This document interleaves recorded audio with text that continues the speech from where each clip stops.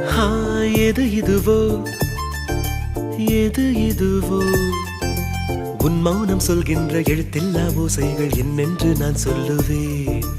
இது அதுவோ இது அதுவோ சொல்லாத சொல்லுக்கு இல்லாத வார்த்தைக்கு ஏதேது அர்த்தங்களே.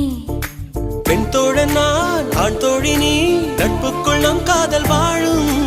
ஆணாசை நான் பெண்ணாசை நீ ஆசைகள் பேராசைதான்.